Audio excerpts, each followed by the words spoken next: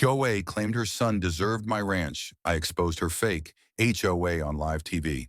The first time I saw her, she looked like every HOA nightmare rolled into one: platinum hair, tennis skirt in winter, clipboard glued to one hand, and a Bluetooth headset chirping in the other. She waved at me like she already owned the place. I'm Luke Chambers, 39 fourth-generation rancher and former Marine. After 2 tours and a decade wrangling contracts in D.C., I came back to the ranch in Palo Mesa, Texas, to take care of my father's land after he passed. It was my sanctuary: dry hills, dust-choked wind, and longhorns who knew my voice better than I knew my neighbors. Until Karen Whitford bought the house next door. She showed up 2 weeks after my dad's funeral, said she was representing the Heritage Trails Community Homeowners Alliance. That sounded fancy. I'd never heard of them. This entire block, including your parcel, falls under HTCH's jurisdiction now, she said. There are visual codes, noise regulations, and, well, you're technically in violation just by keeping livestock this close to the property line. I stared at her from my porch, mud on my boots, sweat bleeding through my shirt. Ma'am, this is a cattle ranch. Has been since 1924. My land doesn't fall under any HOA. She gave a tight smile. Well, it does now. You'll be receiving an orientation packet shortly.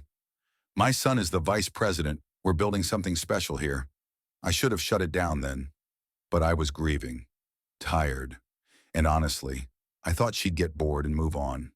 I was wrong.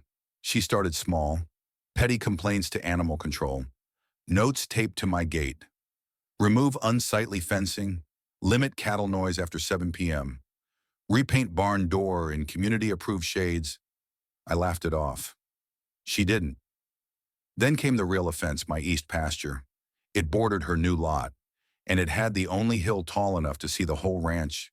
One day, her son, Bryce, a 26-year-old in cargo shorts and mirrored shades, was standing there with a tape measure. What are you doing? I asked, voice low. He didn't even turn around. Just surveying. This is where the pool's going. You're on my land, he snorted. Karen said this part's contested. Might be yours on paper, but not spiritually. I didn't even know how to respond to that kind of stupid. I called the county office the next day, confirmed what I already knew. The land was mine, clear deed, registered with the assessor's office. I even walked in with boots still caked in red dust.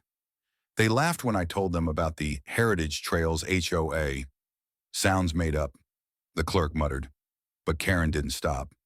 If anything, she doubled down.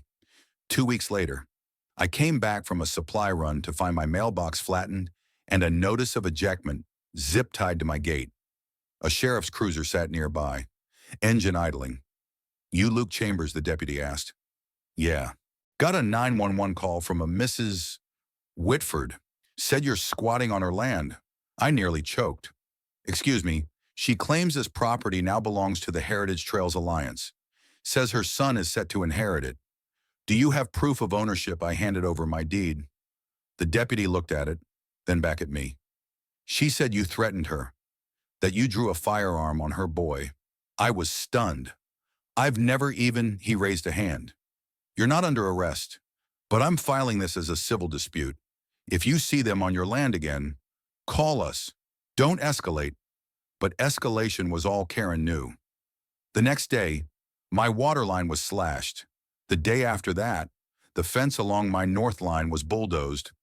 I found Karen and Bryce standing in my pasture, holding a measuring tape and blueprints.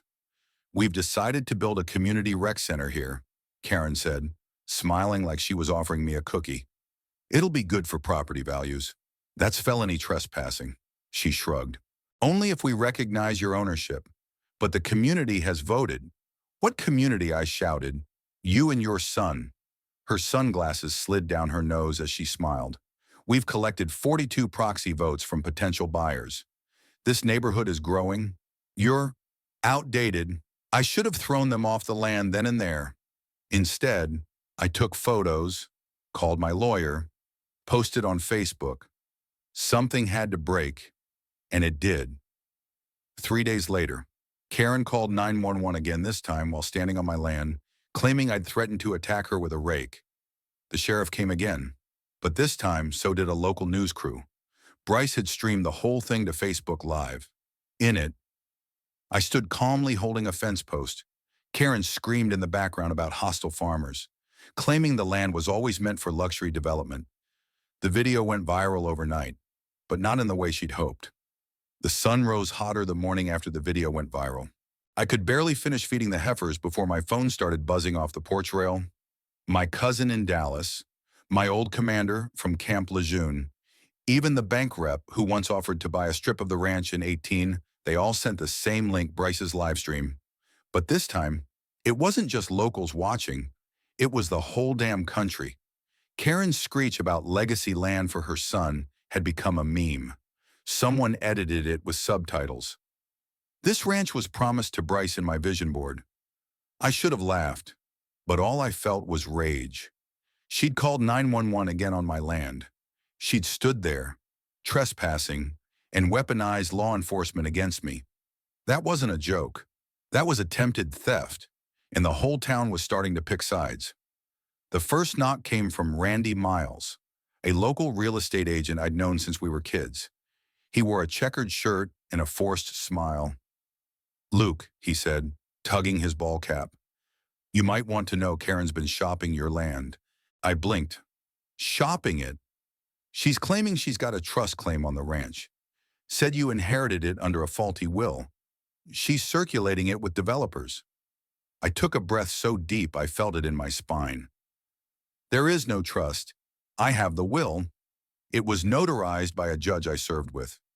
She's telling people she's president of the Heritage Trails Community Preservation Society, Randy added, that it overrides any private ownership under historical equity zoning. What the hell is historical equity zoning? Randy shrugged. Made up words, far as I know. That night, I couldn't sleep. I walked the fence line in the dark, rifle over my shoulder, not because I expected trouble, but because I felt haunted. This land had been in my blood since my great-grandfather broke his back tilling it by mule, and now it was being chipped away by lies, paperwork, and a woman with a Facebook group. The next day, I went to the county registrar's office. Mary Beth, a clerk I'd known since grade school, looked up at me from her terminal with a weird expression. "You again," she said. "You're the ranch guy, the viral one? Don't remind me." She frowned. "Karen Whitford came in here last week, filed something called an interim ownership affidavit. She attached a packet of printed Facebook posts and HOA newsletters. Said your property had been adopted under civic reclassification. She filed that here. Didn't go through. We flagged it. But she's persistent. Talked to the county judge this morning, trying to schedule a hearing. I couldn't believe it. She was treating it like a hostile takeover, except instead of tanks, she had clipboards and committee votes." "What do I do?" Mary Beth lowered her voice. "You dig. Luke. You find out who she really is." That was the first time I heard it put like that, and I knew then it wasn't just about me. If she could walk into a county office and try to claim my land, who else had she done this to? That night, I called my cousin Caleb, former cyber investigator turned locksmith. 2 hours later, he showed up with a laptop and a Mountain Dew. "You know she's not in any HOA registry." "Right," he said, keys clacking. "Her so-called Heritage Trails doesn't exist in the Texas HOA registry, and you have to register legally under Texas Civil Code." She made it up. He nodded. She built a fake HOA website, generic Wix template. Her son's listed as vice chair. They list rules like mandatory patio furniture, color palettes, and no livestock adjacent to entertainment zones. Which makes no sense because this isn't a gated neighborhood. It's open ranch land. My jaw clenched. How many people live on this stretch? 11 properties. I pulled deeds. 9 of them are unrelated to her, but 2 were recently purchased by Shell LLCs tied to her maiden name. She was building a paper empire, a fake neighborhood, trying to generate consensus so she could declare civic jurisdiction. "She wants to flip this place," I muttered. Caleb nodded. "Hard. Bryce has a TikTok channel pitching it to developers, reclaiming historical land for next-gen living. They're marketing the ranch as heritage reset real estate. I wanted to break something. Get me everything. I told him. Names, paper trails, videos. I'm taking this to court. He glanced up. Might be faster to take it public. And that's when the idea took root. The next morning, I called Linda Torres, the same reporter who'd covered Karen's 911 stunt.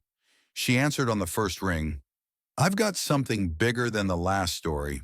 I said, fake HOAs, fabricated communities, paper land theft.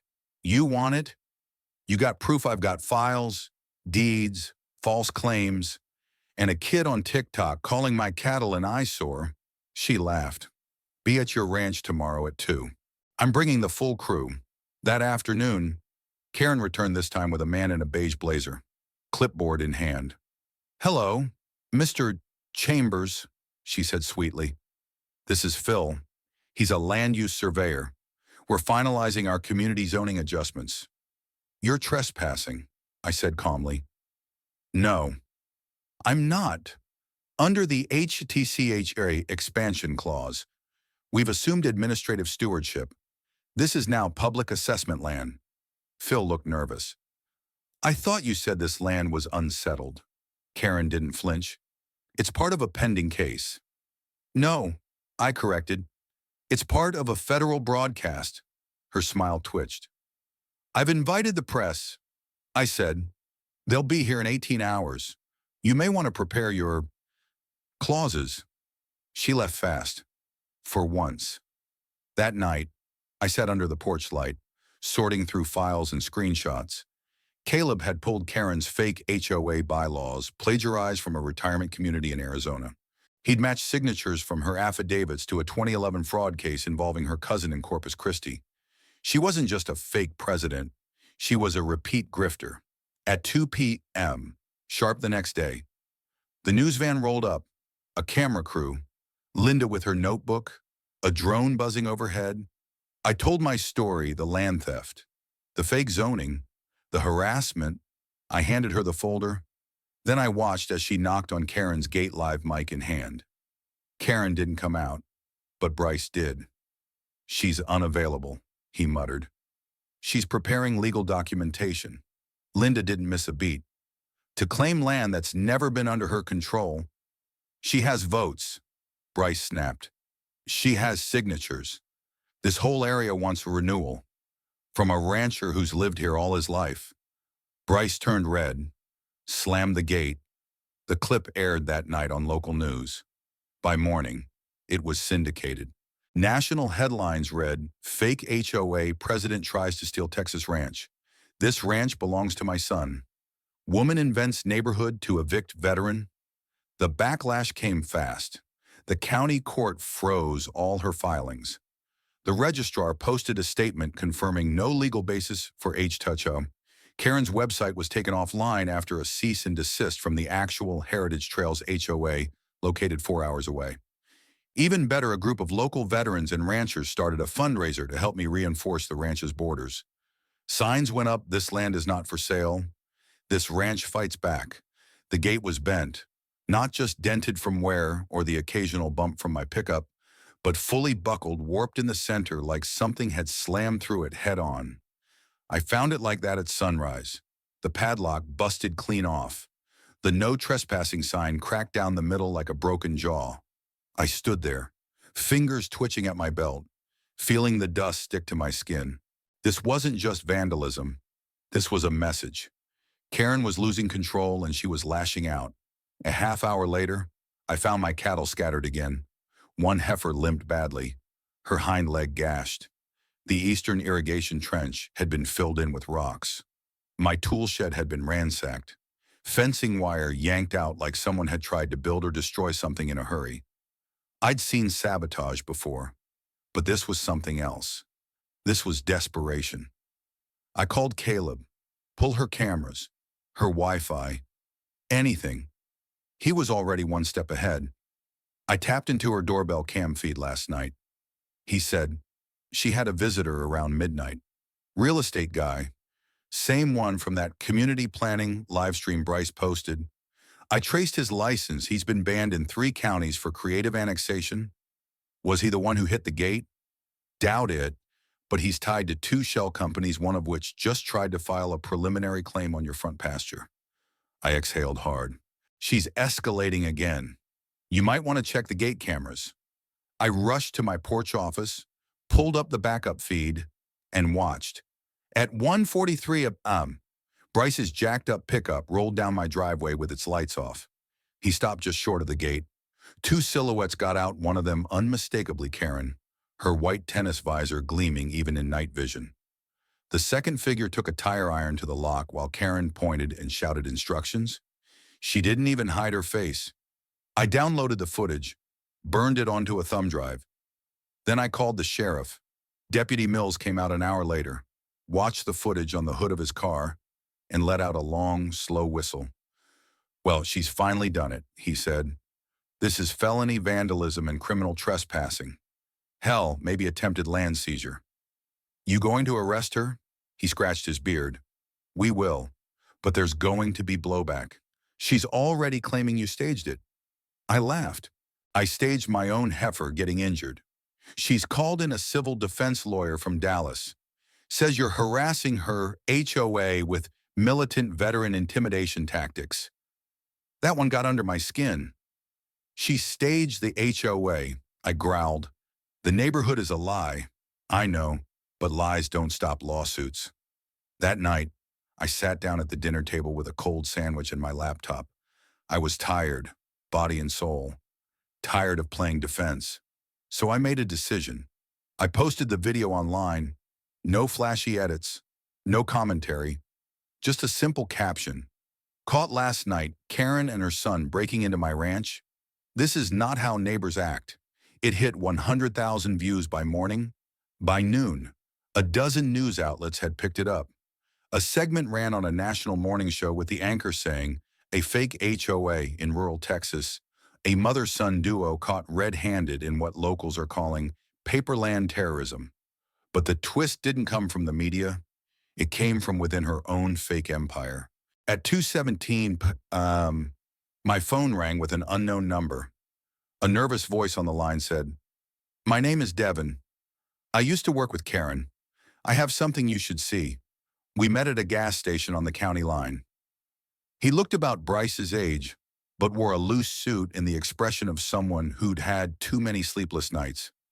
I was paid to help her build the HHH site, he explained. She said it was just a community vision project. Then she started adding rules, bylaws. I told her it was illegal. She fired me. Why come forward now? Because she's using documents I signed to claim power of attorney over abandoned land, he said, opening a manila folder. Only. It wasn't abandoned. Inside were fake lease agreements, doctored signatures, and one letter supposedly transferring authority from my deceased father to Karen Whitford. I stared at the handwriting, the signature. It was almost perfect. Almost. But my father had a habit.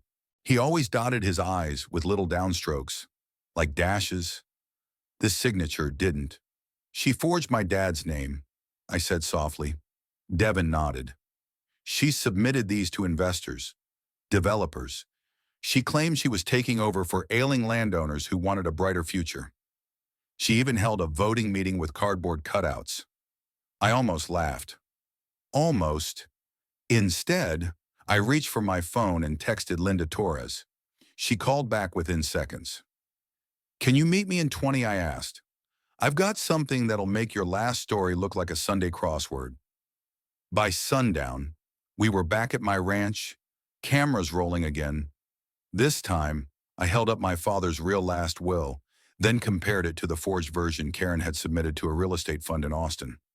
I let the public see everything: the forged trust claims, the false land transfers, even the video of Karen measuring fence lines in the middle of the night.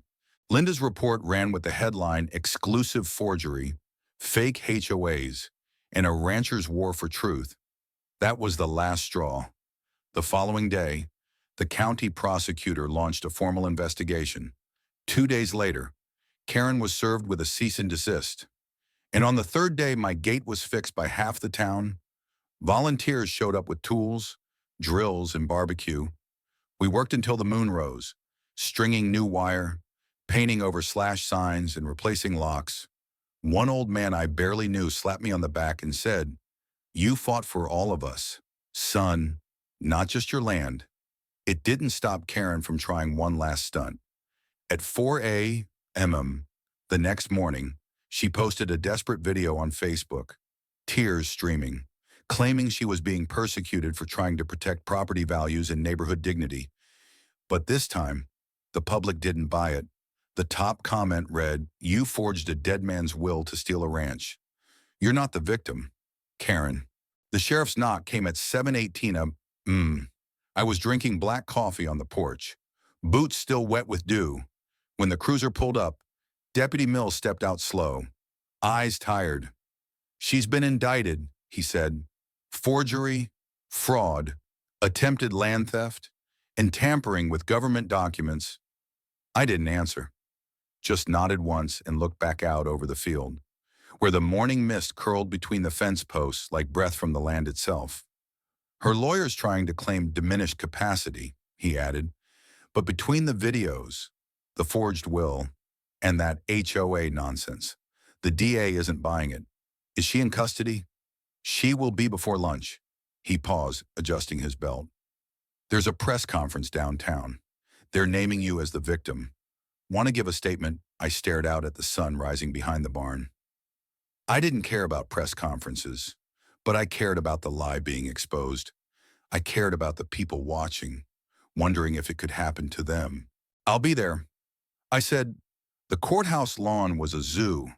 News vans, protesters, neighbors holding signs that read things like "Real Ranches," "Not Fake Rules," and "Don't Let HO stand for Hostile Occupation Authority."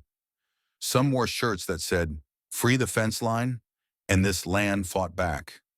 Karen arrived flanked by two lawyers and her son, Bryce, who wore a hoodie pulled low over his face. The media swarmed them, shouting questions. "Mrs. Whitford, do you deny forging the documents? Do you regret filing a fake HOA charter? Is Bryce your accomplice or just clueless?" She didn't answer, just kept walking with that same plastic smile, now visibly cracking under pressure. From where I stood with Linda Torres and Caleb, I could see the tension in her stride, the stiffness of someone who thought she could control the story, only to realize the story had swallowed her whole. The DA's office made it official. Karen Whitford is being charged with 7 counts of fraud and tampering, including forging property documents to claim land she had no legal rights to. Her organization, the so-called Heritage Trails Community Alliance, is confirmed to be entirely fictitious. When it was my turn to speak, I didn't read from notes. "I'm not here because I'm special," I said, voice steady.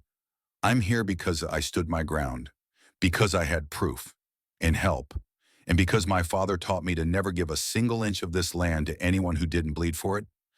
I let the silence hang. Karen Whitford didn't just try to steal my ranch. She tried to convince the world that she had the right to do it, that her fake rules and paper votes mattered more than history, truth, or justice. A cheer broke out from the crowd, but the land speaks louder.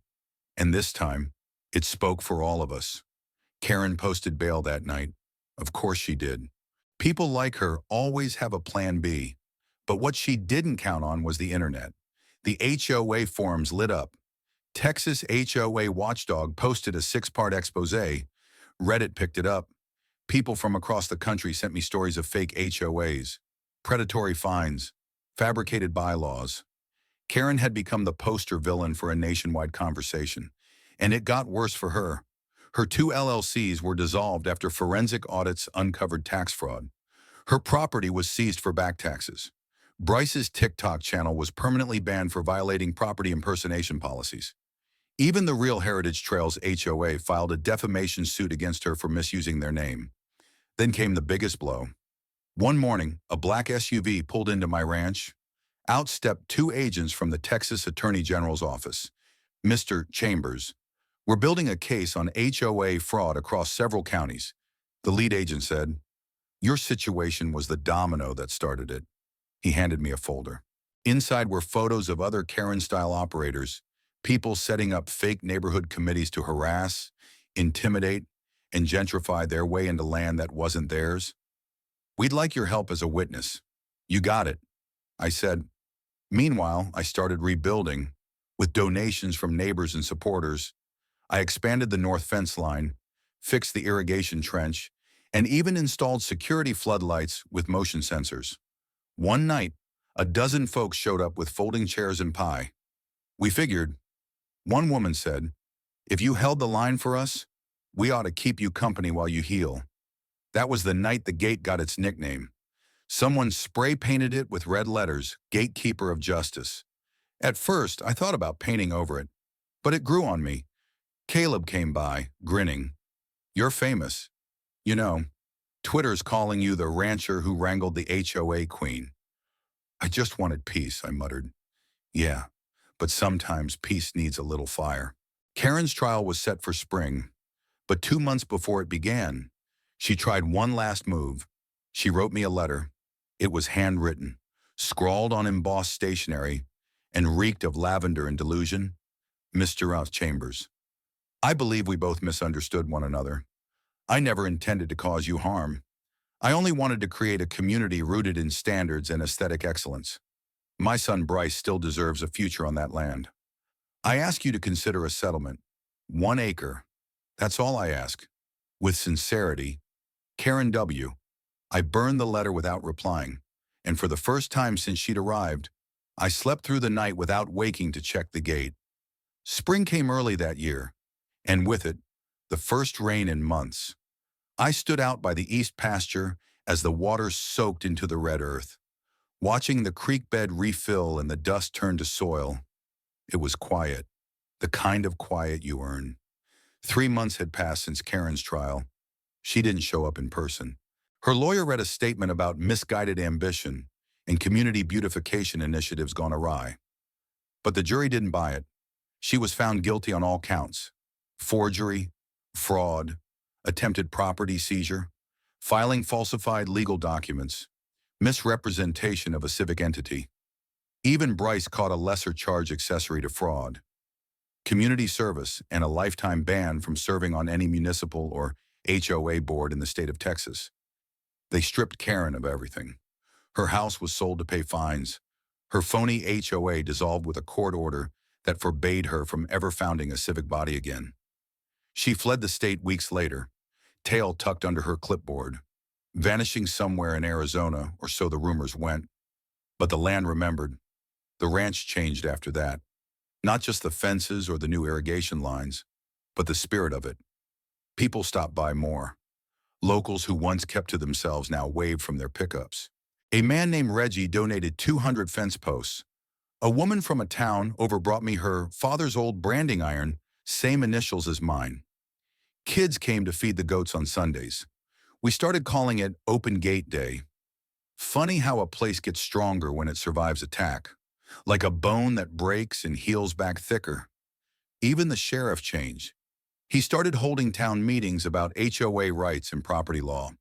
Folks from counties away would drive in to learn how to spot fake neighborhood associations. My story was used in training seminars, law school case studies, even a podcast called Karen vs. the Rancher. I never got used to the attention, but I respected what it did. It woke people up. One late afternoon, Caleb came by with a truckload of gravel for the new access road. You ever think about selling? He asked. I looked out over the pasture. The sky was painted gold and purple, the cattle lazily grazing like they had all the time in the world. No, I said, but I do think about legacy. You're going to leave it to someone I already am. I said, nodding toward the creek where a young girl, Daisy, from the next ranch over was helping her grandpa check the stream flow. This land's not mine to own. I'm just its keeper for now. Caleb smiled. You know what I found yesterday, he asked. A cached version of Karen's HOA website, still floating on some forgotten server. I laughed. Let me guess, still trying to enforce her fake bylaws. Yep. Claims that grass length must be uniform across adjacent lots, and that All livestock must be housed in structures matching the primary residence color scheme. I shook my head. She tried to redesign the land like it was a Pinterest board, and you reminded it it's a battlefield. A few months later, a state rep visited the ranch, said he was pushing a bill that would make it easier to investigate fake HOAs and illegal land claims. We're calling it the Heritage Bill, he said. Named it after that fake organization you exposed. I raised an eyebrow. Don't worry, he added with a grin. It's to protect people like you. We want to honor what you did. It passed in 3 months. HOA boards were now required to register through a verified state database with full financial transparency. Violations would be treated as civil racketeering. Karen had unwittingly created the law that would have stopped her. Karma's funny that way. Sometimes I still walk the fence line at night, just like I did when this all began. I run my fingers over the posts, smell the mesquite in the wind, and listen to the coyotes howling in the distance. The land doesn't hold grudges, but it never forgets. It teaches. It forgives slowly and heals even slower, but it does heal. And maybe that's the real story. Not just that a fake HOA tried to steal my ranch, but that it couldn't, because people stood up, because the truth fought back. Because this place, this dusty, hard-earned, sun-scorched land, refused to let lies root themselves in its soil.